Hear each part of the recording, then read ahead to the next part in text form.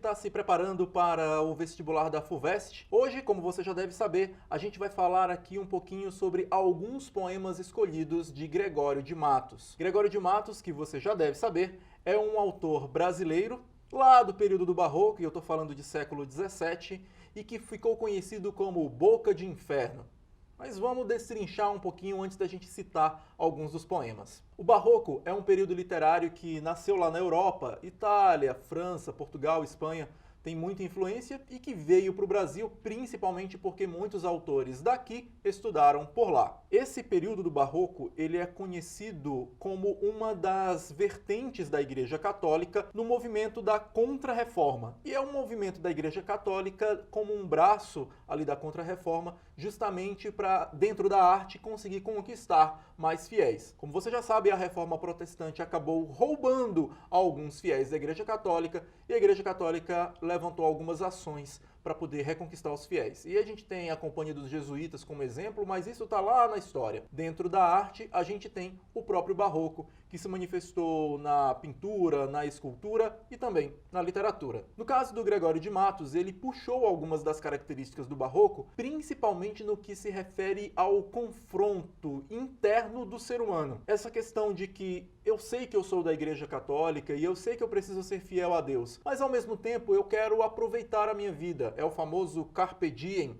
aproveite o dia. Só que para aproveitar o dia, muitas das coisas que são boas para o ser humano, elas são consideradas pecado pela Igreja Católica. Então, o homem barroco, ele fica nesse conflito interno o tempo inteiro. Eu não quero pecar porque eu sou da igreja, ao mesmo tempo que eu quero aproveitar o meu dia. Só que para aproveitar o dia, eu vou precisar pecar. Esse conflito do barroco acaba aparecendo na arte barroca, isso em vários aspectos, e na literatura também. O Gregório de Matos coloca isso em sua poesia, inclusive com o seu destrinchamento, porque ele tem estilos diferentes de poemas. Os principais que a gente vai citar aqui e que você encontra nos poemas dele são o estilo lírico, e aí às vezes também amoroso, em que ele vai fazer reflexões sobre a vida, em que ele vai falar sobre o amor, inclusive sobre a figura feminina. O segundo estilo é o estilo religioso, afinal de contas a gente está falando do movimento lá da Contra-Reforma, então também tem poemas ali que falam sobre e com Jesus Cristo, com e sobre os santos, sobre a igreja de maneira geral. E tem um terceiro estilo, que é o estilo satírico,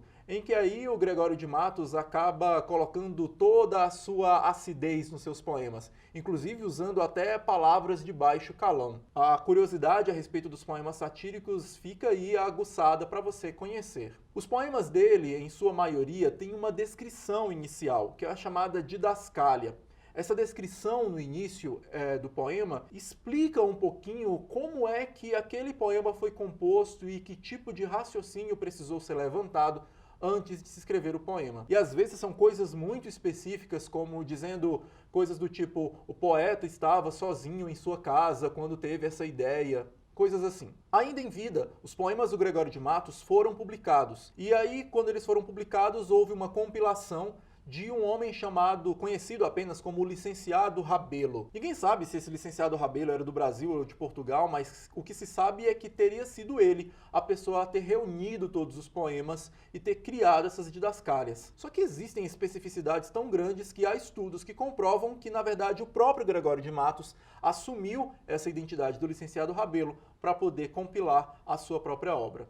Muito mais importante do que eu ficar falando aqui do Barroco ou do Gregório de Matos é conhecer os próprios poemas dele, e aqui já vai ficar o convite para você conhecê-los. Mas vamos citar aqui apenas dois para a gente fazer uma rápida análise desses trechos e de alguns poemas do próprio Gregório de Matos e você entender um pouquinho a respeito das características. A gente vai começar com um dos poemas líricos, A Inconstância das Coisas do Mundo.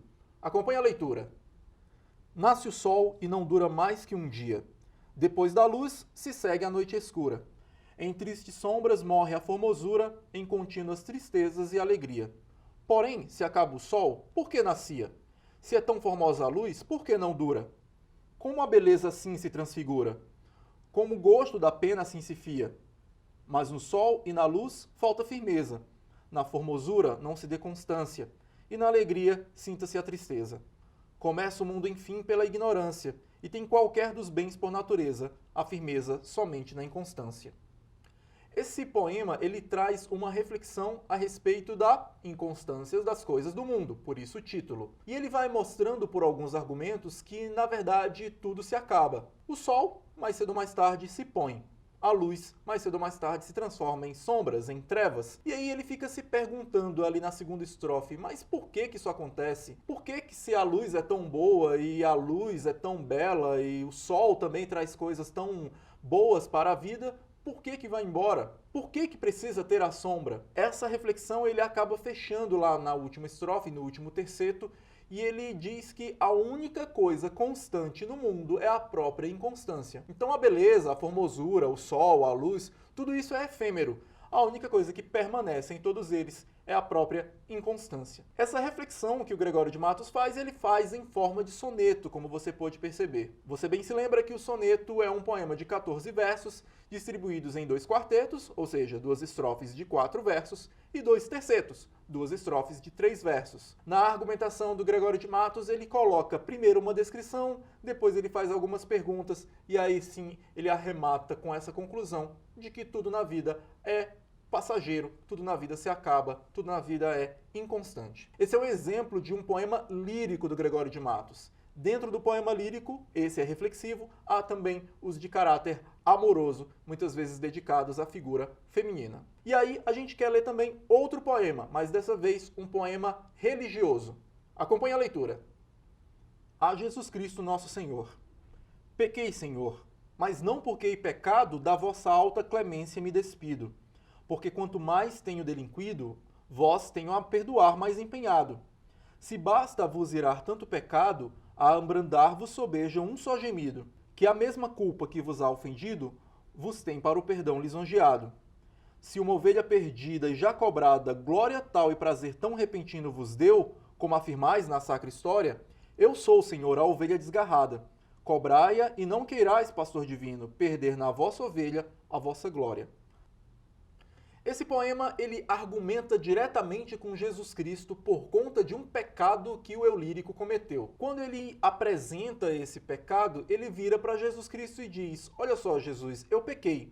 Não foi de propósito, mas eu pequei. Em compensação, eu preciso do seu perdão. E se o Senhor não me perdoar, isso significa que o Senhor mesmo é que está perdendo a sua glória. Percebe como a argumentação dele é muito valorizada com a ideia do barroco? Está muito junto com essa ideia de querer pecar, mas não querer pecar ao mesmo tempo. E aí ele argumenta, inclusive, com um trecho, como ele mesmo fala, da sacra história, lá da Bíblia. A ovelha desgarrada, em que um pastor tinha 100 ovelhas, uma delas se desgarrou e ele deixou as 99 lá no aprisco e foi buscar a ovelha perdida. E ele diz isso: Senhor, da mesma forma como uma ovelha desgarrada o Senhor foi lá para resgatar, eu também sou a ovelha desgarrada, eu também sou uma ovelha perdida. Então, que o Senhor me conceda o perdão para que o Senhor continue tendo a sua glória. Então, na verdade, a argumentação do eu lírico que o Gregório de Matos traz nesse poema não é exatamente para pedir o perdão. Também é, mas é muito mais para argumentar com Jesus Cristo a respeito de como ele deve ser perdoado para que Jesus não perca a sua glória. Ele é até um pouco malandro nessa forma como esse eu lírico argumenta com Jesus Cristo, mas isso é típico e característico do homem barroco. Gregório de Matos está apenas demonstrando. Mais uma vez, assim como o outro poema que a gente leu, a gente também tem um soneto, com 2 quartetos e 2 tercetos. E é curioso como a organização é mais ou menos a mesma. Primeiro uma apresentação, uma argumentação e depois um fechamento nos últimos versos. A outra vertente que a gente citou é a parte satírica de Gregório de Matos, que aí a gente tem vários poemas, inclusive alguns que falam mal do estado da Bahia, que é onde Gregório de Matos viveu, alguns que falam mal do próprio Gregório de Matos, alguns que falam mal inclusive de outras pessoas, e aí você vai encontrando essa argumentação do Gregório de Matos a respeito dessa sátira que ele faz sobre o mundo à sua volta,